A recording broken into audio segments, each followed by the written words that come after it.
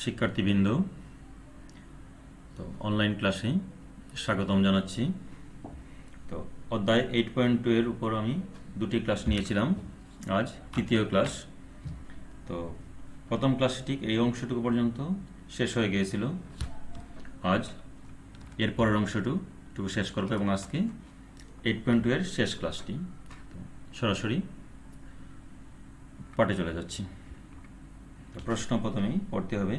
P, Q, আর বল তিনটি কোনো ত্রিভুজের এ, বি, সি শীর্ষবিন্দু হতে যথাক্রমে তাদের বিপরীত বাহুর উপর লম্বাভিমুখী দিকে কিয়ারত থেকে ভারসাম্য সৃষ্টি করে। প্রমাণ করতে হবে যে পি অনুপাত কিউ অনুপাত আর সমান এ অনুপাত বি অনুপাত সি। তো অঙ্কতে চলে যাচ্ছি। ধরি এবিসি ত্রিভুজের, আমি চিত্রটি অঙ্কন করি প্রথমে। ধরি এবিসি ত্রিভুজের এবিসি কৌণিক বিন্দু হতে বিপরীত বাহুর উপর লম্বভাবে ক্রিয়ারত তিনটি বল পি কিউ আর এর ক্রিয়ারেখা অবিন্দুতে ছেদ করে। কাজেই বলগুলোর ক্রিয়াবিন্দু অবিন্দু বিবেচনা করি। অর্থাৎ আমরা ত্রিভুজের শীর্ষবিন্দু এ হতে বিসির উপর এডি লম্ব অঙ্কন করলাম এবং এডি বরাবর পি বলটি ক্রিয়া করছে। এবার বি বিন্দু হতে এসির উপর বি লম্ব অঙ্কন করছি, বি বরাবর কিউ বলটি ক্রিয়া করছে। সি বিন্দু হতে এ বি এর উপর সিএফ লম্ব অঙ্কন করি এবং সিএফ বরাবর আর বলটি ক্রিয়া করছে। অর্থাৎ এবিসি ত্রিভুজের এ, বি, সি কৌণিক বিন্দু হতে বিপরীত বাহুর উপর লম্বভাবে ক্রিয়ারত তিনটি বল পি কিউ আর এর ক্রিয়ারেখা অবিন্দুতে ছেদ করে। অর্থাৎ এ বিন্দু হতে এডি বরাবর ক্রিয়ারত পি বল, বি বিন্দু হতে বি বরাবর ক্রিয়ারত কিউ বল এবং সি বিন্দু হতে সিএফ বরাবর ক্রিয়ারত আর বল, এবং এই তিনটি বলের ক্রিয়ারেখা অবিন্দুতে ছেদ করে। এক্ষেত্রে এডি বিসির উপর লম্ব, বিই এসির উপর লম্ব, সিএফ এবির উপর লম্ব এবং তিনটি বলের ক্রিয়াবিন্দু আমরা অবিন্দু বিবেচনা করি। তাহলে অবিন্দুতে তিনটি বল ক্রিয়া করছে, এবং তিনটি বল হলো এই ওডি বরাবর তিনটি বল হলো পি বল, ওডি বরাবর পি বল, ওই বরাবর কিউ বল এবং ওএফ বরাবর আর বল, এবং এই তিনটি বল ক্রিয়া করছে এবং তিনটি বল সাম্যাবস্থার সৃষ্টি করছে। যেহেতু তিনটি বল এক বিন্দুতে ক্রিয়া করছে এবং সাম্যাবস্থা সৃষ্টি করে, কাজেই আমরা লামির উপপাদ্যটি প্রয়োগ করতে পারব। তো লামির উপপাদ্যতে আমরা পাই প্রতিটি বল অপর বলদ্বয়ের অন্তর্গত কোণের সাইনের সমানুপাতিক। অর্থাৎ পি বাই সাইন পি বল, পি বাই সাইন হবে অপর বল দুটি কিউ এবং আর এর মধ্যবর্তী কোণের সাইনের সমানুপাতিক। অর্থাৎ পি বাই হবে সাইন ই ও এফ কোণ ইকুয়াল টু কিউ বল হবে অপর বল দুটি আর এবং পি এর অন্তর্গত কোণের সাইনের সমানুপাতিক। অর্থাৎ এক্ষেত্রে আসবে Q by sine F O D কোণ ইকুয়াল টু আর বলটি হবে অপর দুটি বল পি এবং কিউ এর মধ্যবর্তী কোণের সাইনের সমানুপাতিক। অর্থাৎ আর বাই হবে R by sine E O D কোণ। আমি আবারও বলছি, অর্থাৎ প্রতিটি বল অপর বলদ্বয়ের প্রতিটি বল অপর বলদ্বয়ের ক্রিয়ারেখার অন্তর্গত কোণের সাইনের সমানুপাতিক, অর্থাৎ P by sine E O F কোণ equal to Q by sine F O D কোণ equal to R by sine E O D কোণ। আমরা এখন ইও এফ কোণ, এফ ও ডি কোণ এবং ইও ডি কোণের মানটি বের করব। তো এখন আমরা এ ই ও এফ চতুর্ভুজের মধ্যে আমরা জানি চতুর্ভুজের চার কোণের সমষ্টি হলো 4 সমকোণ। তো এক্ষেত্রে আমরা জানি বি এসির উপর লম্ব, কাজেই এ ও এ ই ও কোণ হবে 90 ডিগ্রি, আবার সিএফটা হলো এ বি এর উপর লম্ব, কাজেই এ এফ ও কোণটা হবে 90 ডিগ্রি, অর্থাৎ এই কোণ এক সমকোণ, এই কোণ এক সমকোণ, তাহলে এক সমকোণ হলো 2 সমকোণ, তাহলে এই দুটাতে হলো 2 সমকোণ, এইটা এই কোণ এবং এই কোণ 2 সমকোণ, কাজেই এই এই কোণ এবং এই কোণ হবে 2 সমকোণ, ফলে মোট হবে চতুর্ভুজের এই এ ই ও এফ, এ ই ও এফ চতুর্ভুজের 4টি কোণ হবে 4 সমকোণ, অর্থাৎ এইটা এবং এটা হলো, এটা এক সমকোণ, এটা এক সমকোণ, তাহলে এক সমকোণ 2 সমকোণ। অনুরূপে ই ও এফ কোণ, এই কোণ এবং এই কোণ হবে 2 সমকোণ, তাহলে ই ও এফ কোণ প্লাস এ কোণ সমান হবে পাই, পাই মানে 180, 2 সমকোণ, বা ইও এফ কোণ সমান হবে পাই, এটা ডান পাশে চলে গেল, পাই মাইনাস এ কোণ। আমরা ই ও এফ কোণের মানটি পেয়ে গেছি, অর্থাৎ ই ও এফ কোণ সমান পাই মাইনাস এ কোণ। অনুরূপে আমরা বের করব এফ ও ডি কোণ সমান হবে, এই এফ ও ডি কোণ হবে পাই মাইনাস বি কোণ, এফ ও ডি কোণ হবে পাই মাইনাস বি কোণ, আবার ই ও ডি কোণ হবে পাই মাইনাস সি কোণ। এই অবস্থায় ইও এফ কোণ, এফ ও ডি কোণ এবং ইও ডি কোণের মানটা আমরা 1 নং সমীকরণে বসিয়ে দিব। 1 নং হতে আমরা পাই পি বাই ইও এফ কোণ Q by F O D কোণ equal to R by sine E O D কোণ।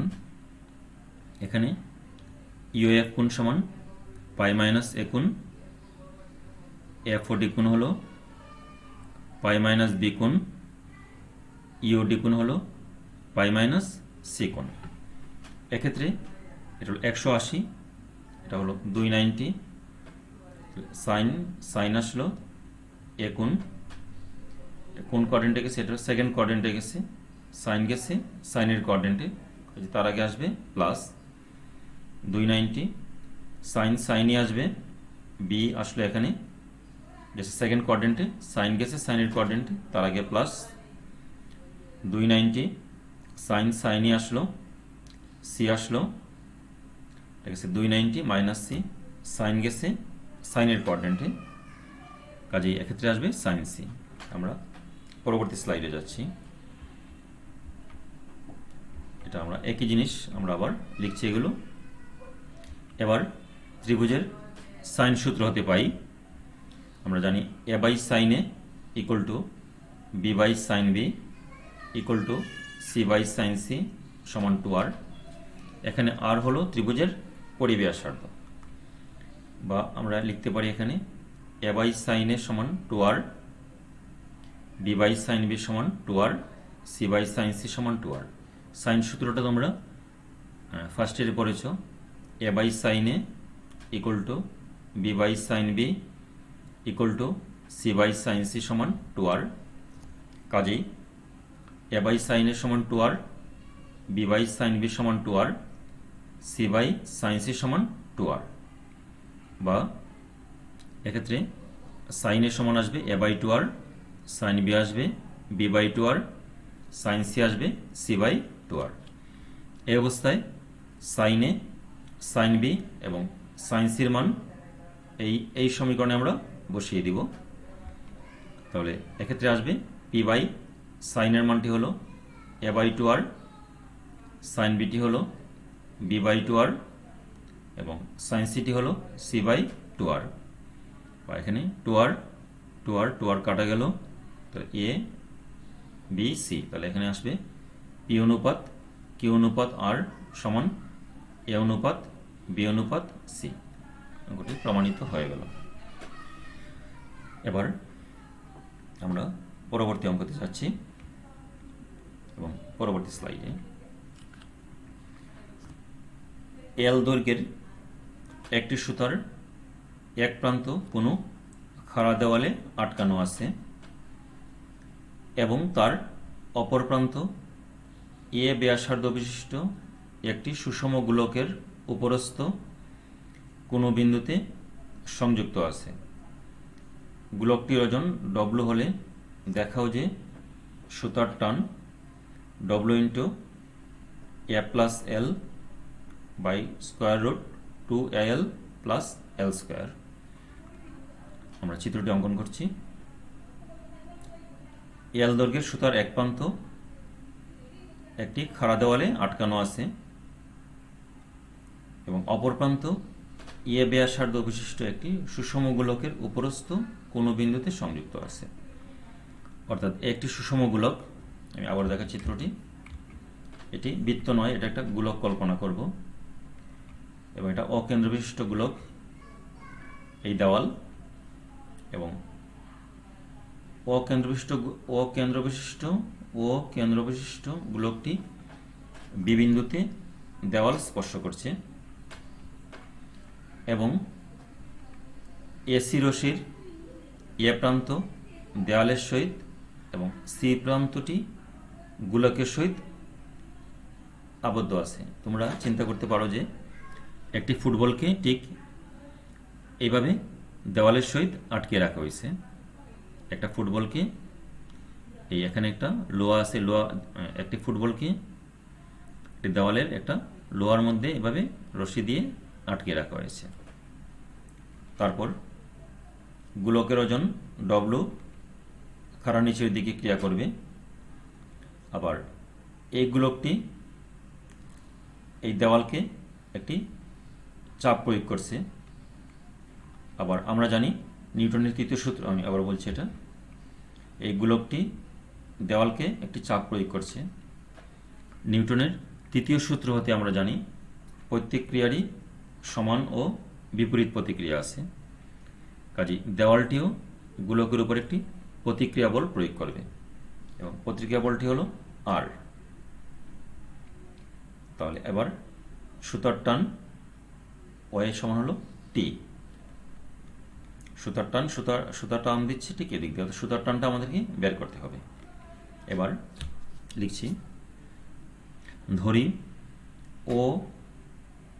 ও কেন্দ্রবিশিষ্ট গোলকটি বি বিন্দুতে দেওয়াল স্পর্শ করে।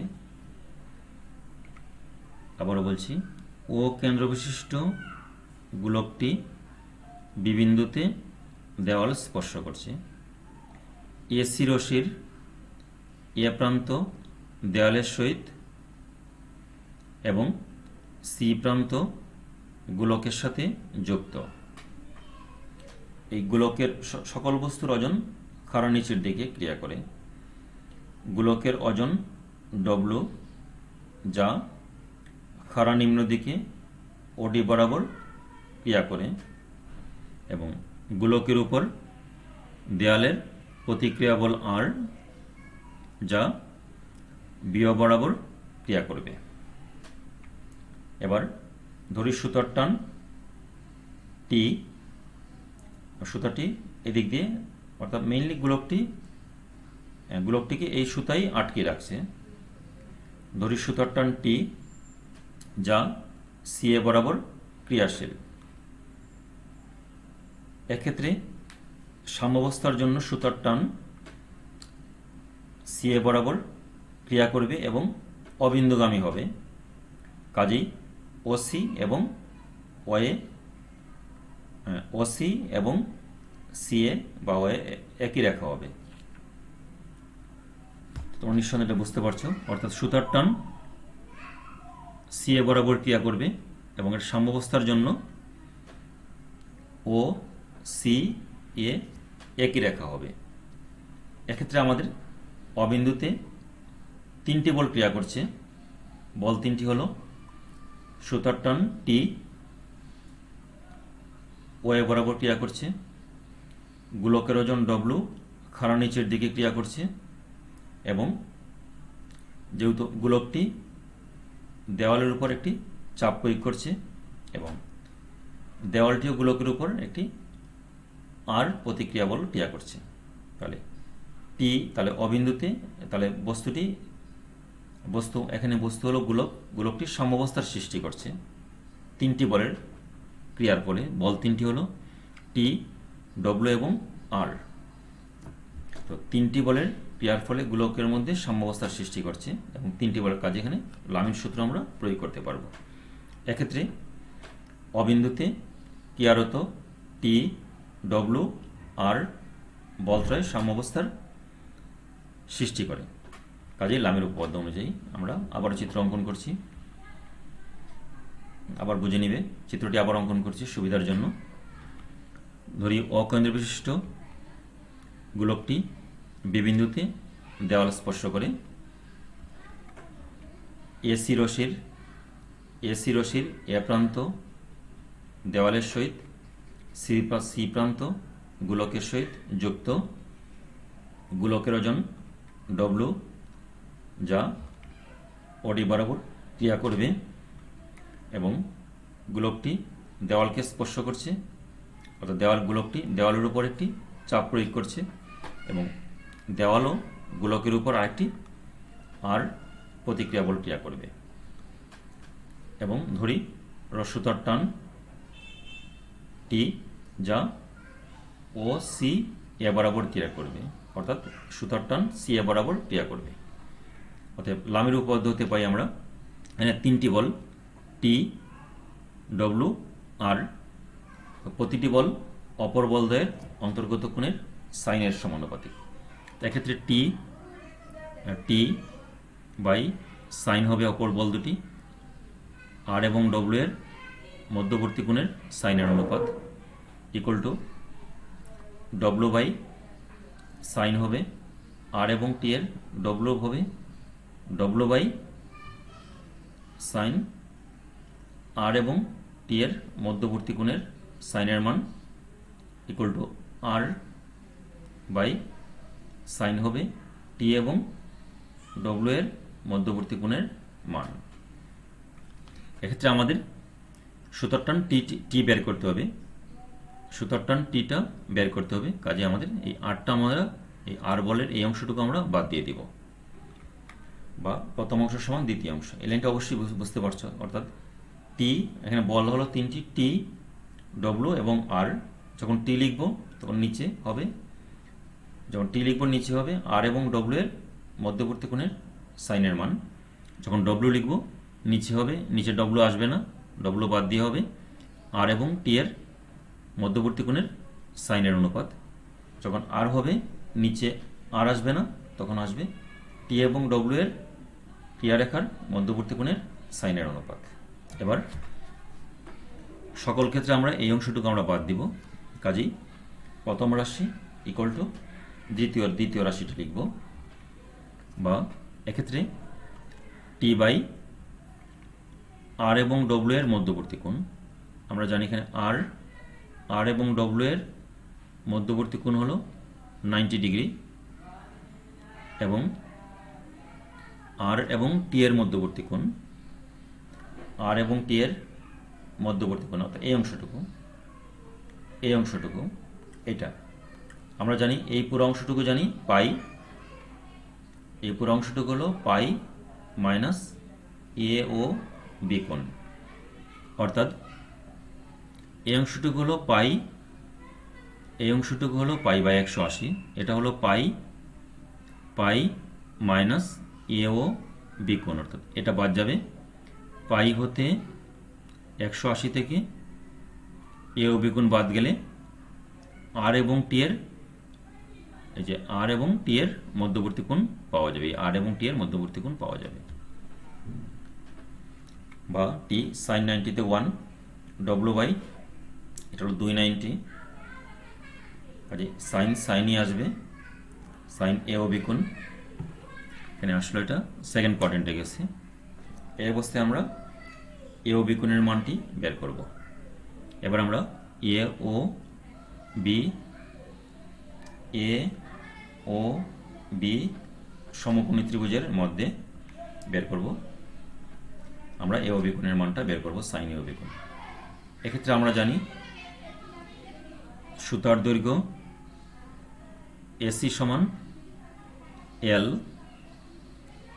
সুতার দৈর্ঘ্য এসি সমান এল, গোলকের এটা প্রশ্ন মতে আমরা জানি এল দৈর্ঘ্যের সুতা, আমরা প্রশ্নেই জেনেছি সুতার দৈর্ঘ্য এসি সমান এল এবং গোলকের ব্যাসার্ধ ওবি সমান ওসি সমান হলো এ, কাজেই ওএ সমান হলো ওসি প্লাস এসি, ওসি হলো গোলকের ব্যাসার্ধ হলো এ এবং এসি হলো সুতার দৈর্ঘ্য এল। আবারও বলছি সুতার দৈর্ঘ্য এসি, এসিটা হলো এল, এই অংশটুকু হলো সুতা, সুতার দৈর্ঘ্যটা হলো এল এবং গোলকের ব্যাসার্ধ ওবি এবং ওসি হলো এ, কাজেই ওএ সমান হবে ওসি প্লাস এসি, ওসিটা হলো এ আর এসি হলো এল।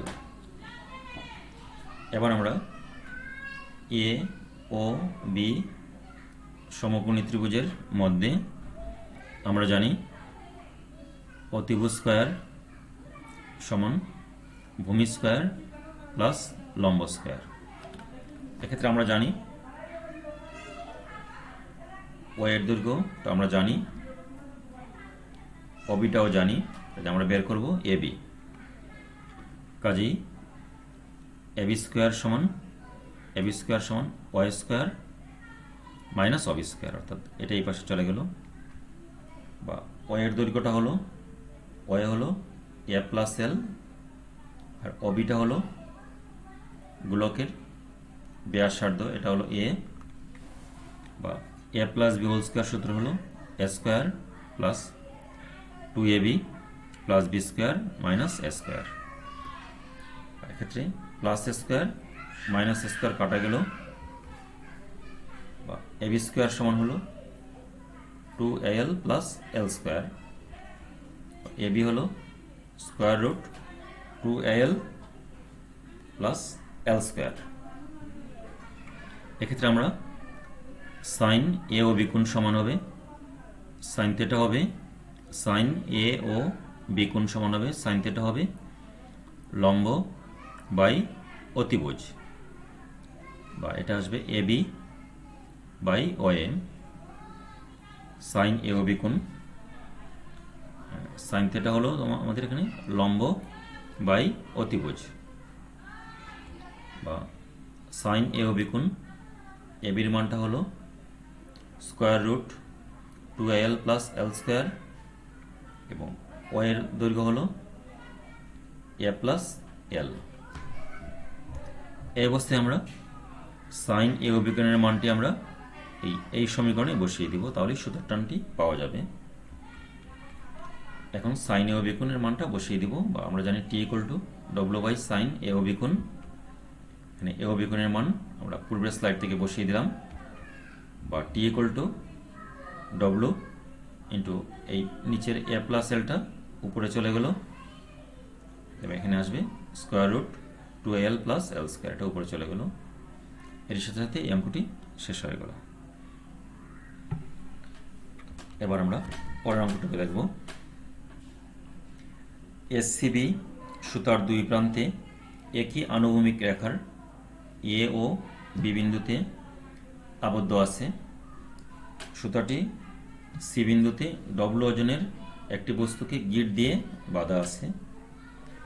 এবিসি ত্রিভুজের বাহুগুলোর দৈর্ঘ্য এ বি সি এবং এর ক্ষেত্রফল ডেল হলে বা ত্রিভুজের চিহ্ন এত হলে দেখাও যে সি অংশের টান W B into C square plus A square minus B square by 4c into ত্রিভুজ ডেল, যেটা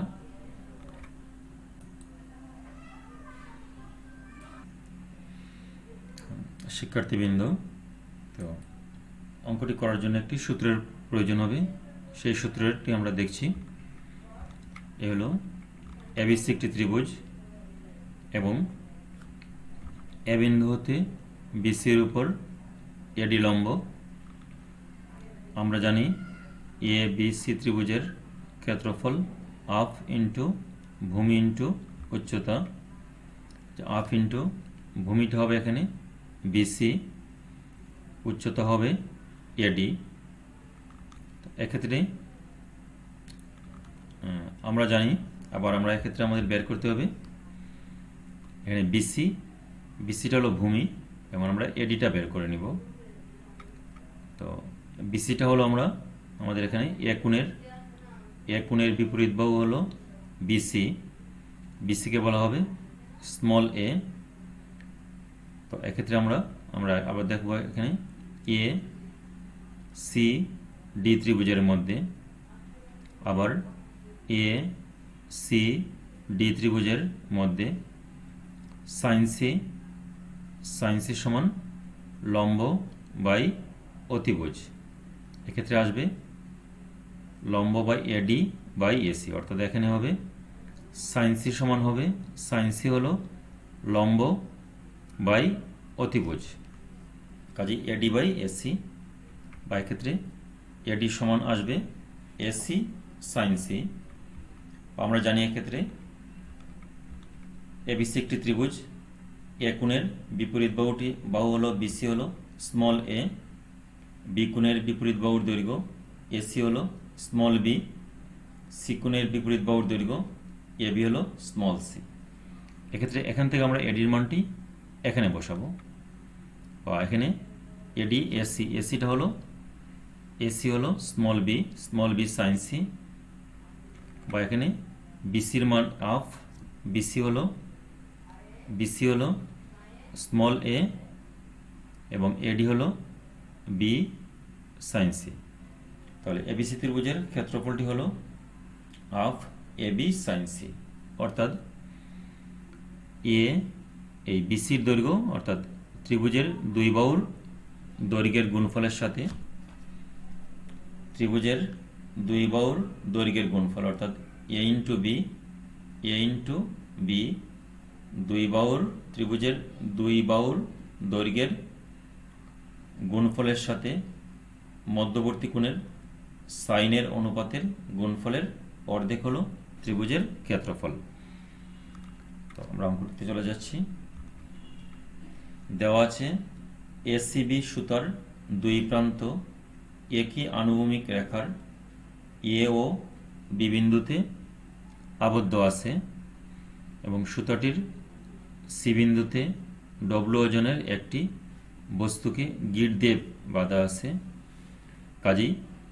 কাজেই সি ও সিবি অংশে সুতার টান ভিন্ন হবে। আমরা চিত্রটি দেখছি আগে। প্রথমে ধরি এসিবি সুতা,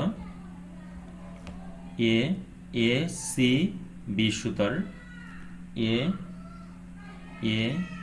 সি বি সুতার দুই প্রান্ত এ ও বি বিন্দুতে আবদ্ধ আছে।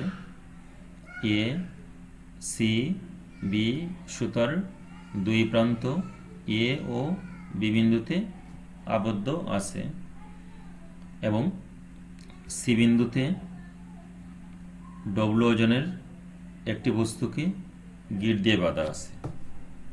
অর্থাৎ এক্ষেত্রে এ সি বি সুতার এ সি বি সুতার দুই প্রান্ত এ ও বি বিন্দুতে আবদ্ধ আছে এবং সুতাটির সি বিন্দুতে ডব্লু ওজনের বস্তুকে গিঁট দিয়ে বাঁধা আছে।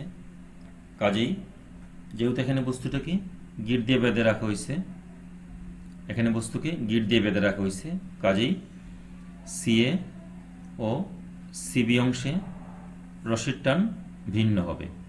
আর বস্তুটি যদি অবাধে গড়িয়ে চলতে পারত, অর্থাৎ বস্তুটি যদি একটি আংটার সাহায্যে অবাধে গড়িয়ে চলতো, তাহলে সুতার টান সর্বত্র সমান হতো।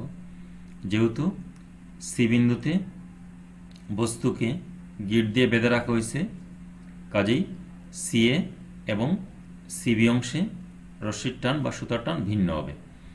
ধরি সিএ অংশে সুতার টান T1 এবং সিবি অংশে সুতার টান T2। এবার সি বিন্দু হতে এবি এর উপর সিডি লম্ব অঙ্কন করি। এবার সি বিন্দুতে এবি এর সমান্তরাল করে ইএফ রেখা অঙ্কন করি।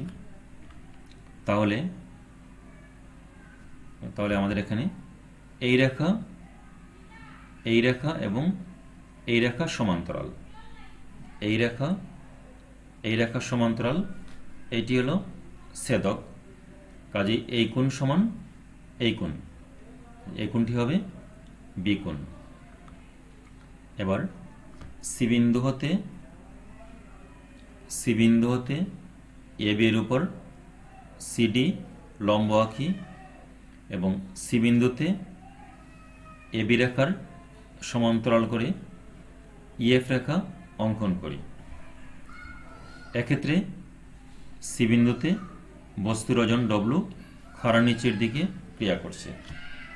সুতরাং এখানে সি বিন্দুতে তিনটি বল ক্রিয়া করছে।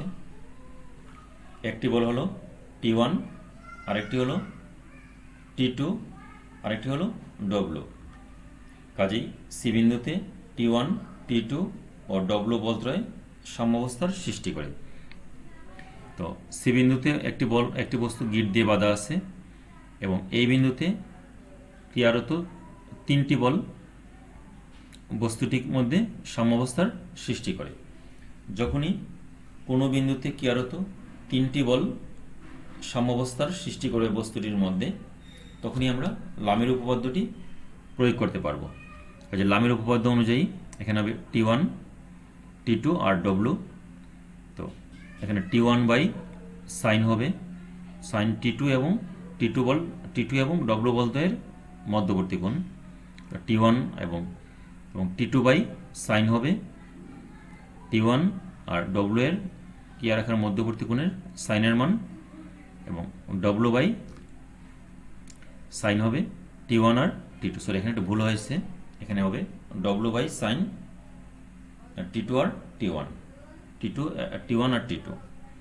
অর্থাৎ যখন T1 লিখব তখন নিচে আসবে T2 এবং ডব্লু এর বলদ্বয়ের মধ্যবর্তী কোণ, আর T2 যখন লিখব তখন হবে T1 আর ডব্লু এর মধ্যবর্তী কোণ, আর যখন ডব্লু লিখব তখন হবে T1 আর T2 বলদ্বয়ের মধ্যবর্তী কোণ। এখানে ভুল করে নিচ্ছি, লিখতে ভুল হয়ে গেছে, এখানে হবে T2 এবং T1। এবার আমরা বের করতে বলছি সি অংশের রশির টান। কাজে আমরা T1টা রাখবো প্রথম অংশ এবং তৃতীয় অংশ, এখানে হবে T2 এবং T1 এর মধ্যবর্তী কোণ। এটা ঠিক করে নেবে। ডব্লু বাই হবে T1 আর T2 এর, এটা হবে ডব্লু বাই হবে সাইন T1 এবং T2 এর মধ্যবর্তী কোণ। এটা হবে T1 এবং T2 এবং T1 এর মধ্যবর্তী কোণ। পরবর্তী আবার আমরা চিত্রটি অঙ্কন করছি। ধরি এ সি বি রশির দুই প্রান্ত এ ও বি বিন্দুতে আবদ্ধ আছে এবং সি বিন্দুতে ডব্লু ওজনের বস্তুটি গিঁট দিয়ে বাঁধা আছে এবং সি অংশে রশির টান T1, সিবি অংশে রশির টান T2। সি বিন্দু হতে এবি এর উপর সিডি লম্ব আঁকি এবং সি বিন্দুতে এবি রেখার সমান্তরাল করে ইএফ রেখা অঙ্কন করি। এবার যেহেতু এই রেখা এবং এই রেখার সমান্তরাল, কাজেই এই কোণ সমান এই কোণ, বা আমরা এটা আবার সঠিক লিখেছি, অর্থাৎ T1 বাই আসবে এখানে T2 আর W এর মধ্যবর্তী কোণ equal to W by sine আসবে এখানে T1 আর T2 এর মধ্যবর্তী কোণ, বা এক্ষেত্রে T1 বাই T2 এবং W এর মধ্যবর্তী কোণ, অর্থাৎ এখানে আসবে T2 এবং W এর মধ্যবর্তী কোণ, অর্থাৎ এই কোণটি T1 by T2 R W এর সাইনের মধ্যবর্তী কোণ, অর্থাৎ T2 এবং W বলদ্বয়ের ক্রিয়া রেখার মধ্যবর্তী কোণ। তাহলে এখানে T2 এবং W এর মধ্যবর্তী কোণ, এই অংশটুকু হলো π/2, এই অংশটুকু হলো π/2 প্লাস বি, এটা হবে π/2 প্লাস বি, অর্থাৎ T2 by sine T1 by sine T2 এবং W এর মধ্যবর্তী কোণ। তাহলে এই অংশটা হলো বি আর এটা হলো π/2, তাহলে এটা হবে π/2 প্লাস বি। আর T1 আর T2 এর মধ্যবর্তী কোণ, T1 T2 এর মধ্যবর্তী কোণ হলো এই সি কোণ, অর্থাৎ ত্রিভুজের কোণ, এটা সি কোণ, সাইন সি, এটা হলো 190। তাহলে সাইনটা হয়ে যাবে কজ বি, এটা গেছে সেকেন্ড কোয়াড্রেন্টে, কাজে তার আগে আসবে plus W by sine C, বা T1 equal to W cos B by sine C. এই অবস্থায় আমাদেরকে কজ বি এবং সাইন সি এর মানটি বের করতে হবে। আবার আমরা জানি ত্রিভুজের এবিসি ত্রিভুজের ক্ষেত্রফল আমরা জানি ত্রিভুজের দুই বাহুর, অর্থাৎ আমরা প্রথম চিত্র এটা দেখিয়েছিলাম প্রথমে, অর্থাৎ এক্ষেত্রে এ কোণের এটা আসবে, এ কোণের বিপরীত বাহু হলো বিসি হলো স্মল এ, এবং বি কোণের বিপরীত বাহু এটা হবে স্মল বি, এবং তাদের মধ্যবর্তী কোণ হলো সি, সাইন সি এর, অর্থাৎ ত্রিভুজের যে কোনো দুই বাহুর দৈর্ঘ্যের গুণফলের সাথে মধ্যবর্তী কোণের সাইনের অনুপাতের গুণফলের অর্ধেক হলো ত্রিভুজের ক্ষেত্রফল। এক্ষেত্রে আমি আবার বলছি এটা 1/2, অর্থাৎ এ কোণের বিপরীত বাহু বিসিটা হলো স্মল এ, বি কোণের বিপরীত বাহু এসিটা হলো স্মল বি। তাহলে এটা হলো এ, এটা হলো বিসি হলো স্মল এ, এসি হলো স্মল বি, তাহলে এ বি এবং এর মধ্যবর্তী কোণ সি এর সাইনের অনুপাতের অর্ধেক হলো ত্রিভুজের ক্ষেত্রফল।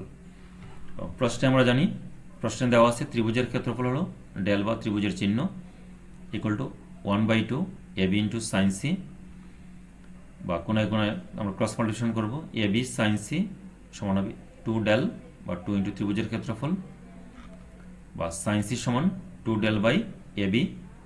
আমাদের সাইন সির মানটা বের হয়ে গেছে। এবার কস বির মানটি বের করব, বা আমরা আবার জানি আমরা কস বির সমান, আমরা জানি এটি ত্রিকোণমিতি লাস্ট অধ্যায়, সি স্কোয়ার কস বির সমান হবে C square plus A square minus B square by 2 C A. এই অবস্থায় আমাদের সাইন সি এবং কস বি এর মানটা আমরা 1 নং সমীকরণে বসিয়ে দিব, বা 1 নং হতে পাই T1 সমান W cos B by sine C, বা W ইন্টু কস বির মানটি হলো আমাদের C square plus A square minus B square by 2 C A, আর সাইন সির মানটি হলো 2 ডেল বাই এবি, বা T1 ইন্টু এটা বাই 2 সি এ ইন্টু দিয়ে এবিটি চলে যাবে উপরে এবং 2 ত্রিভুজের ক্ষেত্রফল। এক্ষেত্রে আমাদের এ এবং এতে কাটা চলে গেল, তাহলে এখানে আসবে W B into C square plus A square minus B square, 2 দুগুণে 4 4 সি এবং ডেল, অর্থাৎ এখানে এ এবং এতে কাটা গেল, এর সাথে সাথে এই অঙ্কটি হয়ে গেল। তো আজ এ পর্যন্তই, ধন্যবাদ সবাইকে। ওকে।